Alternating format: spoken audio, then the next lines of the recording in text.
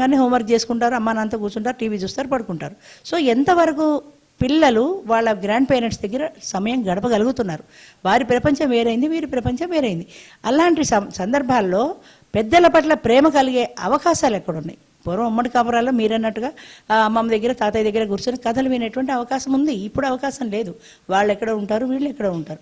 ఎప్పుడో సెలవులకి 4 రోజులు వస్తారు, వెళ్ళిపోతారు. చుట్టపు చూపుగా గెస్టులు అయిపోయారు. పిల్లల దగ్గరికి వెళ్ళేటువంటి parents additional members of the family. Parents దగ్గరికి కనుక చిల్డ్రన్ గ్రాండ్ చిల్డ్రన్ వస్తే ఓన్లీ ఒక గెస్ట్ మాదిరిగా సెలవులకు వచ్చి 4 రోజులు ఉంటారు, వెళ్ళిపోతారు.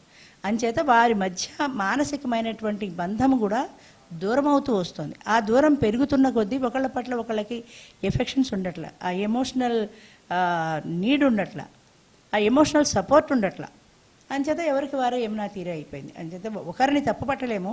అటు సమాజం, ఇటు కుటుంబం, ఇటు డెవలప్మెంట్, ఇవన్నీ కూడా ఒక రకంగా ఈ వృద్ధుల సమస్యలని తెలియకుండానే పెంచుతూ వచ్చాయి.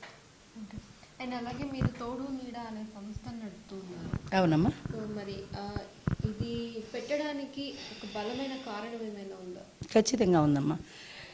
ఇప్పుడు ఈ ఇందాక చెప్పాను, ఉమ్మడి వ్యవస్థ వెళ్ళిపోయిన తర్వాత వృద్ధులు ఒంటరివారు అయిపోతున్నారు.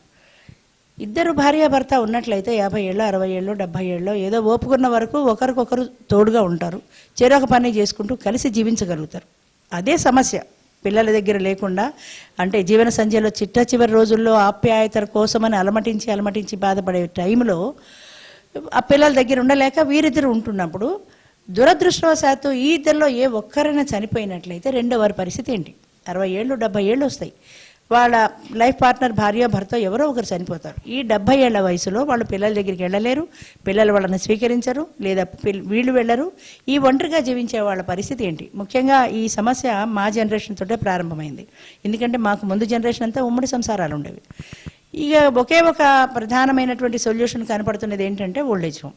ఈ వృద్ధాప్యంలో పిల్లల దగ్గరికి వెళ్ళలేక, లేదా పిల్లలు చూడక, తమకు ఇష్టం లేక, ఒంటరిగా జీవించలేక వృద్ధాప్య దశలో ఏదో ఒక ఆసరా కోసమని ఓల్డేజ్ హోమ్స్కి వెళ్తున్నారు. ఓల్డేజ్ హోమ్ అనేది ఒక రకంగా చాలా వరకు సొల్యూషన్ కాదని నేను కూడా అంటలా. కానీ ఓల్డేజ్ హోమ్లో మనకి ఎక్కువగా దొరికేది ఏంటంటే ఫుడ్ అండ్ షెల్టర్. వేళకింత భోజనం పెడతారు, పడుకునడానికి మనకు ఒక రూమ్ ఉంటుంది, పడుకుంటాం. కానీ అందరూ తిండి బట్ట కోసమని వెళ్ళటలా. కోటీశ్వర్లు ఉన్నారు, రాళ్ళు కొట్టుకునే వాళ్ళు ఉన్నారు. అంటే లోవర్ క్లాస్ నుంచి హై క్లాస్ వరకు కూడా అందరికీ ఒకే ఒక సమస్య ఏంటంటే ఒంటరితనం. ఈ లైఫ్ పార్ట్నర్ని పోగొట్టుకున్నటువంటి వాళ్ళు ఒంటరిగా మిగిలిపోతున్నారు. డబ్బుని వాళ్ళు 4 పని వాళ్ళని పెట్టుకుంటారు. కానీ పని వాళ్ళకి ఆ రకమైన మానసికమైన బంధం, భార్యకుండే బంధము, భర్తకుండే బంధము వాళ్ళకి రాదు కదా. వాళ్ళు ఏదో పేమెంట్ మీదనే పనిచేస్తారు. ఒకరోజు పనివాళ్ళు రారు. మరి వృద్ధుడి పరిస్థితి ఏంటి? ఆ రోజున మన హైదరాబాద్లో ఎప్పుడు బందులు జరుగుతుంటాయి. ఆటోలు బంద్, బస్సులు బంద్, డ్రైవర్లు రాలేరు, పనివాళ్ళు రాలేరు, ఈయనకి వండుకోవటం రాదు ఈ వృద్ధుడికి. ఆ పరిస్థితిలో ఈయనకి ఇంత తిండి కాదు కదా, కప్పు కాఫీ దొరికే పరిస్థితి లేదు. ఎలా బ్రతకాలి వాళ్ళు? లేదా ఆయనకు అనారోగ్యం వస్తుంది, లేదా ఆమెకు అనారోగ్యం వస్తుంది.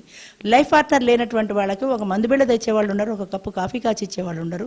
వీళ్ళు ఎన్ని రోజులు పక్కింటి వాళ్ళ మీద ఆధారపడతారు. పక్కింటి వాళ్ళు మాత్రం ఎంతవరకు ఖాళీ ఉంటారు? అందరూ ఉద్యోగాలకు పోయేవాళ్ళే. సో ఈ ఒంటరితనానికి సొల్యూషన్ కేవలం ఓల్డేజ్ హోమే కాకుండా ఇటువంటి వృద్ధులైనటువంటి ఒంటరి పురుషులకు ఇలాంటి వృద్ధులైన ఒంటరి స్త్రీలను జత చేసినట్లయితే, అంటే ఒకే ఏజ్ గ్రూప్ ఉంటుంది కాబట్టి వాళ్ళకి కంపాటబిలిటీ ఉంటుంది. ఒకళ్ళకొకళ్ళు మానసికంగా అన్ని రకాలుగా సపోర్ట్గా నిలబడగలుగుతారు. ఇప్పుడు ఆయనకి వంట చేసుకోవడం, పని చేసుకోవడం మగవాళ్ళకి మా జనరేషన్లో రాదు. సో ఈ ఆడవాళ్ళు ఉన్నట్లయితే వీళ్ళు కాస్త ఆయనకి వండి పెడతారు. ఆవిడకి ఏంటంటే ఆయన ఆసరాగా ఒక మోరల్ సపోర్ట్గా ఉంటాడు. ఆమె కష్ట సుఖాల్లో ఆయన చూసుకుంటాడు. ఆమెకి ఏదైనా అనారోగ్యం వస్తే అర్ధరాత్రి అయినా పరిగెట్టుకెళ్ళి ఆటో తీసుకొచ్చి ఆమె హాస్పిటల్కి తీసుకెళ్ళగలుగుతాడు. ఆ రకంగా ఆయన సపోర్టు, ఈయనకి కావాల్సిన సేవ చేయగలిగేటువంటి మనసు ఈవిడికి ఉంటుంది కాబట్టి ఈమెకి సపోర్టు. ఈ పెళ్లి ద్వారా ఈ 2 వృద్ధులని ఏకం చేయటం ద్వారా 2 వృద్ధుల యొక్క సమస్యలు తీరుతాయనేటువంటి అభిప్రాయంతో నేను ఈ తోడునీడ అనేది పెట్టడం జరిగింది.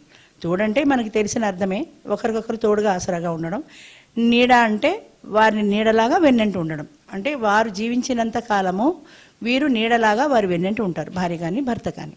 సో దీనివల్ల ఏంటంటే 2 వృద్ధుల సమస్యలు తీరడమే కాకుండా ప్రశాంతమైన జీవితాన్ని గడపగలుగుతారు. నాకు ఒకరు ఉన్నారు, somebody should be there to take care of them. నాకంటూ ఒకరు, నన్ను చూసుకోవడానికి ఒకరు ఉన్నారు అనేటువంటి ఒక మానసికమైన శక్తి మనిషికి ఎనలేని సంతృప్తినిస్తుంది.